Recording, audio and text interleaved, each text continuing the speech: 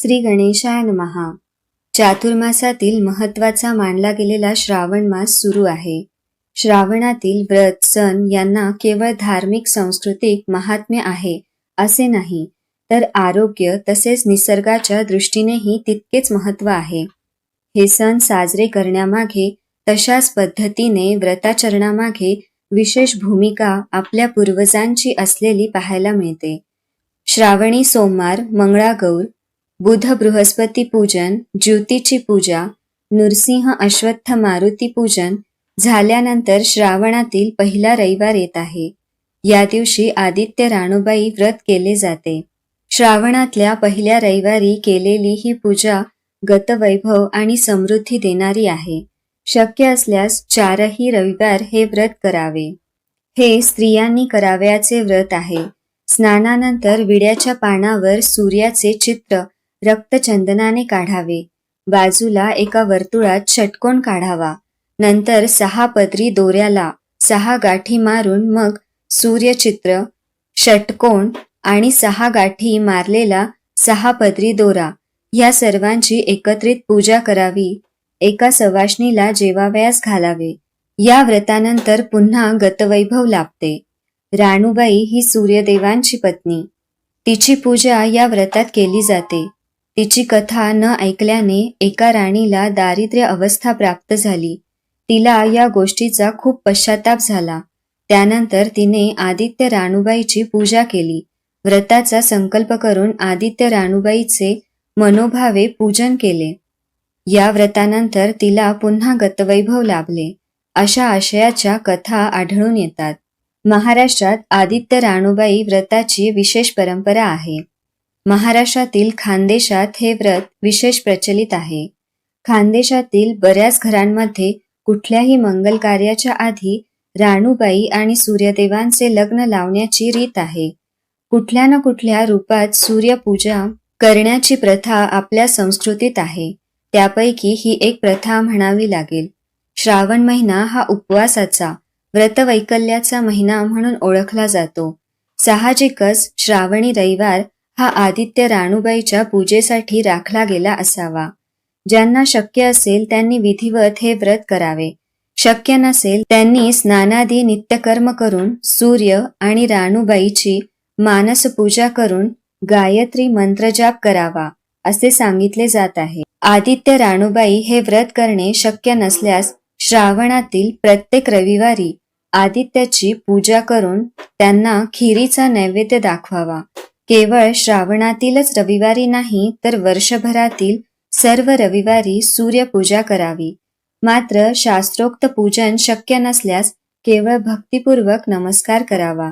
दुपारी 12 वाजण्याच्या आधी गायत्री मंत्राचा यथाशक्ती जप करावा असे सांगितले जाते. याच आदित्य राणूबाईची संपूर्ण कथा आपण श्रवण आणि पठण करूया. कहाणी आदित्य राणूबाईची. ऐका आदित्य राणूबाई तुमची कहाणी. आटपाट नगर होतं. त्यात एक ब्राह्मण राहत होता. तो नित्य फुले, दुर्वा, समिधा आणण्यासाठी रानात जात असे. तिथे देवकन्या, नागकन्या वसा वसत. काय ग बायानो, कसला वसा वसता तो मला सांगा, असं ब्राह्मणानं विचारलं. तुला रे वसा कशाला हवा? उच्छील माच्छील घेतला वसा टाकून देशील. उतत नाही मातत नाही घेतला वसा टाकीत नाही, असं ब्राह्मणानं उत्तर दिलं.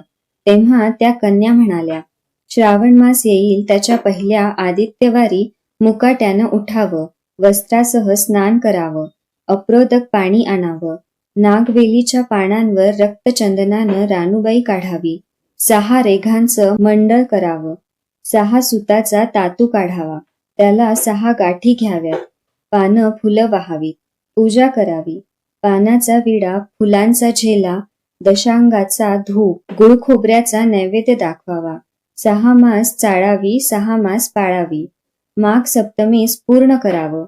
संपूर्णास काय करावं? गुळाच्या पोळ्या, बोटव्याची खीर, लोणकढ तूप मेहून जेवू सांगावं. असेल तर चिरचोळी द्यावी, नसेल तर जोड गळसरी द्यावी, नसेल तर 2 पैसे द्यावी आणि आपल्या वशाचं उद्यापन करावं. असा वसा ब्राह्मणानं केला तसा त्याला सूर्यनारायण प्रसन्न झाला. भाग्यलक्ष्मी आली. तेव्हा राजाच्या राणीनं ब्राह्मणास बोलावू धाडलं. जाते वेळे ब्राह्मण भिवू लागला, कापू लागला. तेव्हा राजाच्या राणीनं सांगितलं की भिवू नका, कापू नका, तुमच्या मुली आमच्या इथे द्या. ब्राह्मण म्हणाला, आमच्या मुली गरीबाच्या, तुमच्या घरी कशात याव्या? दासी कराल, बाटकी कराल. दासी करीत नाही, बाटकी करीत नाही, राजाची राणी करू, प्रधानाची राणी करू. मार्गेसराचा महिना आला. ब्राह्मणानं लगीन करून मुली दिल्या. एक राजाच्या घरी दिली, दुसरी प्रधानाच्या घरी दिली. गेल्या पावली मुलींचा समाचार घेतला नाही. 12 वर्षांनी ब्राह्मण समाचाराला निघाला. राजाच्या घरी आला. लेकीनं बसायला पाट दिला, पाय धुवायला पाणी दिलं. बाबा बाबा गुळ खा, पाणी प्या. ब्राह्मण म्हणाला, गुळ खात नाही, पाणी पित नाही. आधी माझी कहाणी करायची आहे, ती तू ऐक. तुमची कहाणी ऐकायला मला वेळ नाही. राजा पारधीला जाणार आहे, त्याला जेवायला उशीर होईल. तोच त्याच्या मनात राग आला. तेथून तसाच निघाला, प्रधानाच्या घरी आला. तिनं पाहिलं, बाबा आला. तसं तिनं बसायला पाट दिलं, पाय धुवायला पाणी दिलं. बाबा बाबा गुळ खा, पाणी प्या. गुळ खात नाही, पाणी पित नाही. आधी माझी कहाणी करायची आहे, ती तू ऐक. तुमची कहाणी नको ऐकू तर कोणाची ऐकू? घरात गेली, उतरंडीची 6 मोती आणली. 3 वडिलांच्या हाती दिली, 3 आपल्या घेतली. त्यानं मनोभावे कहाणी सांगितली. तिने चित्तभावे ती ऐकली. नंतर जेवून खाऊन बाप आपल्या घरी गेला. बायकोनं विचारलं, मुलीचा समाचार कसा काय आहे? जिनं कहाणी ऐकली नाही ती दारिद्र्यानं पिढली, दुःखानं व्यापली. राजा मुलखावर निघून गेला. जिनं कहाणी ऐकली ती भाग्यानं नांदत आहे. इकडे दारिद्र्य जी झाली होती तिनं आपल्या लेकांना सांगितलं, मावशी घनघोर नांदत आहे, तिकडे जाऊन काही दिलं तर घेऊन ये. पहिल्या आदित्यवारी पहिला मुलगा उठला, तळ्याच्या पाळी जाऊन उभा राहिला. अगं अगं दासींनो, तुम्ही दासी कोणाच्या? आम्ही दासी प्रधानाच्या. तुमच्या राणीस जाऊन सांगा की तुमच्या बहिणीचा मुलगा आला आहे. तो कसा आला आहे? काय आला आहे? फाटके नेसला आहे, तुटके पांघरले आहे, तळ्याच्या पाळीला उभा आहे. परसदारानं घेऊन या. प्रधानाच्या राणीनं सांगितलं. परसदारानं घेऊन आल्या. नाहू माखू घातलं, पितांबर नेसायला दिलं, जीव खाऊ घातलं, कोहळा पोखरला, होना मोऱ्या भरल्या. बाबा ठेवू नको, विसरू नको, घरी जतन करून घेऊन जा. वाटेत आपला जाऊ लागला तो सूर्यनारायण माळ्याच्या रूपात तिथे आला. हातचा कोहळा काढून नेला. घरी गेला. आईनं विचारलं, काय रे बाबा, मावशीनं काय दिलं? दैवानं दिलं, कर्मानं नेलं. कर्माचं फळ पुढे उभं राहिलं. मावशीनं दिलं होतं पण ते सर्व गेलं. पुढे दुसऱ्या आदित्यवारी दुसरा मुलगा तळ्याच्या पाळी जाऊन उभा राहिला. अगं अगं दासीनो, तुम्ही दासी कोणाच्या? आम्ही दासी प्रधानाच्या. तुमच्या राणीला माझा निरोप सांगा. त्यांनी सांगितला. मग प्रधानाच्या राणीनं त्याला घरी नेलं, नाहू माखू घातलं, काठी पोखरून होना मोऱ्यांनी भरून दिली. बाबा ठेवू नको, विसरू नको, घरी जतन करून घेऊन जा म्हणून सांगितलं. वाटेत सूर्यनारायण गुराख्याच्या रूपात आले. हातची काठी काढून घेतली. घरी गेला. झाली गोष्ट आईला सांगितली. दैव दिलं, कर्मानं नेलं. पुढे तिसऱ्या आदित्यवारी तिसरा मुलगा गेला. तळ्याच्या पाळी उभा राहिला. त्यालाही पहिल्यासारखं प्रधानाच्या राणीनं नाहू माखू घातलं, पितांबर नेसायला दिलं, जीव खाऊ घातलं, नारळ पोखरून होना मोऱ्यांनी भरून दिला. ठेवू नको, विसरू नको म्हणून सांगितलं. घरी जाताना विहिरीच्या काठी नारळ ठेवून पाणी प्यायला तो विहिरीत उतरला. तो नारळ गडगडून विहिरीत पडला. घरी गेला. आईनं विचारलं, काय रे बाबा, मावशीनं काय दिलं? आई ग, मावशीनं दिलं पण दैवानं बुडवलं. चौथ्या आदित्यवारी चौथा मुलगा गेला. तळ्याच्या पाळी उभा राहिला. त्यालाही प्रधानाच्या राणीनं घरी नेऊन नाहू माखू घातलं, पितांबर नेसायला दिलं, जीव खाऊ घातलं. त्याला दह्याची शिदोरी होना मोऱ्यांनी घालून बरोबर दिली. सूर्यनारायण घारीच्या रूपानं आले.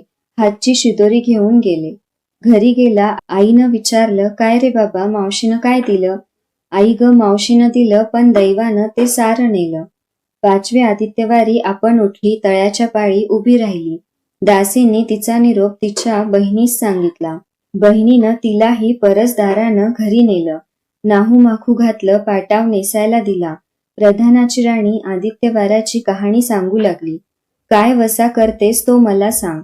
बहीण म्हणाली, अगं अगं चांडाळणी, पापिनी, बापाची कहाणी ऐकली नाहीस म्हणून तुला दारिद्र्य आलं. राजाच्या राणीनं विचारलं, याला उपाय काय करू? तेव्हा तिनं वसा सांगितला. ती बहिणीच्या घरी राहिली. श्रावण मास आला. सांगितल्याप्रमाणे सूर्यनारायणाची पूजा केली.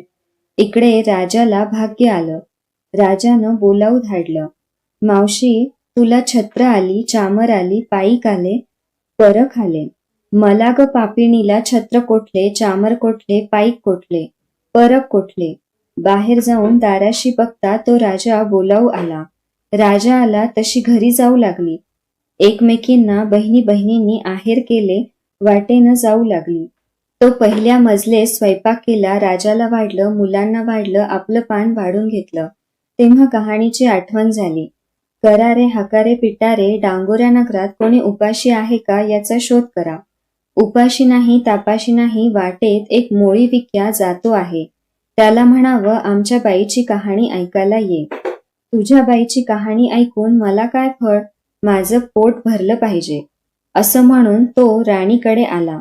तशी 6 मोते राणीनं घेतले, त्याला 3 दिले आणि 3 आपल्या हातात ठेवले. मनोभावे कहाणी सांगितली. चित्तभावे त्याने ऐकली. त्याची लाकडाची मोळी होती ती सोन्याची झाली. तो म्हणाला, कहाणी ऐकल्याचं एवढं फळ, मग वसा घेतल्याचं काय फळ? काय वसा आहे तो मला सांगा. तुला रे वसा कशाला हवा? उठशील माचशील, घेतला वसा टाकून देशील. उतत नाही मातत नाही, घेतला वसा टाकत नाही. तेव्हा वसा सांगितला. पुढे दुसऱ्या मजलेस गेली. स्वयंपाक केला, राजाला वाढलं, मुलांना वाढलं, आपलं पान वाढून घेतलं. तेव्हा कहाणीची आठवण झाली. करारे हाकारे पिटारे, डांगोरा नगरात कोणी उपाशी आहे का याचा शोध करा. उपाशी नाही तापाशी नाही, माळ्याचा मळा पिकत नाही, विहिरीला पाणी लागत नाही, असा एक माळी चिंतेने बसला आहे. त्याला हाक मारली. आमच्या बाईची कहाणी ऐक. तो राणीनं 6 मोते घेतली, 3 आपल्या हाती घेतली, 3 माळ्याला दिली. राणीनं कहाणी मनोभावे सांगितली, ती माळ्यानं चित्तभावे ऐकली. माळ्याचा मळा पिकू लागला, विहिरीला पाणी लागलं. तो म्हणाला, बाई बाई, कहाणी ऐकल्याचं एवढं फळ, तर वसा घेतल्याचं काय फळ? काय वसा असेल तो मला सांग. राणीनं त्याला वसा सांगितला. पुढे तिसऱ्या मजलेस गेली. स्वयंपाक केला, राजाला वाढलं, मुलांना वाढलं, आपलं पान वाढून घेतलं. तेव्हा कहाणीची आठवण झाली. करारे हाकारे पिटारे, डांगोरा नगरात कोणी उपाशी आहे का याचा शोध करा. उपाशी नाही तापाशी नाही, एक म्हातारी होती. तिचा एक मुलगा वनात गेला. एक डोहात बुडाला. एक सर्पाने खाल्ला होता. त्यानं चिंता करीत ती बसली होती. तिला म्हणाले, आमच्या बाईची कहाणी ऐक. ती म्हणाली, कहाणी ऐकून मी करू तरी काय? मी मुलांसाठी रडते आहे. बरं येते. मग ती राणीकडे गेली. राणीनं पहिल्याप्रमाणे तिला कहाणी सांगितली. तिने ती चित्तभावे ऐकली. तिचा मुलगा वनात गेला होता, तो आला. डोहात बुडाला होता, तो आला. सर्पानं खाल्ला होता, तो जिवंत झाला. ती म्हणाली, बाई बाई, कहाणी ऐकल्याचं हे फळ, तर वसा घेतल्याचं काय फळ? काय वसा आहे तो मला सांग. मग राणीने तिला तो वसा सांगितला. पुढे 4थ्या मजलेस गेली. स्वयंपाक केला, राजाला वाढलं, मुलांना वाढलं, आपलं पान वाढून घेतलं. इतक्यात तिला कहाणीची आठवण झाली. करारे हाकारे पिटारे, डांगोरा नगरात कोणी उपाशी आहे का याचा शोध करा. उपाशी नाही तापाशी नाही, पण कानाडोळा, माणसाचा गोळा, हात नाही पाय नाही, असा एक मनुष्य रस्त्यामध्ये होता. त्याच्या अंगावर तांब्याभर पाणी ओतलं. पालथा होता, तो उताना केला. 6 मोते होते. 3 मोते त्याच्या बेंबीवर ठेवली, 3 मोते आपण हाती घेतली. राणीनं मनोभावे कहाणी सांगितली, ती त्याने ऐकली. त्याला हातपाय आले, देह दिव्य झाला. तो म्हणाला, कहाणी ऐकल्याचं हे फळ, तर वसा घेतल्याचं काय फळ? काय वसा आहे तो मला सांगा. मग राणीने त्याला वसा सांगितला. 5व्या मुक्कामास घरी आली. स्वयंपाक केला. सूर्यनारायण जेवायला घरी आले. 7 दरवाजे उघडले. लोह घंगाळे पाणी तापवले. षड्रस पक्वान्न जेवायला केली. सूर्यनारायण जेवायला बसले. त्यांना पहिल्या घासात केस लागला. ते म्हणाले, अगं अगं, कोणा पापिनीचा केस आहे? राजाच्या राणीला 12 वर्ष दारिद्र्य आले होते. तिनं आदित्यवारी वळचणीखाली बसून केस विंचरले होते. काळ चंबाळ डोईचा केस, वळचणीची काठी डाव्या खांद्यावरून वेशी बाहेर टाकून दे. राजाच्या राणीला सूर्यनारायणाचा कोप झाला, तसा कोणाला होऊ नये. ब्राह्मणाला, मोळी विक्याला, राजाच्या राणीला, म्हातारीला, कानाडोळा, मांसाचा गोळा इतक्यांना जसा सूर्यनारायण प्रसन्न झाला तसा तुम्हा हो ही 60 उत्तराची कहाणी 5 उत्तरे सुफळ संपूर्ण.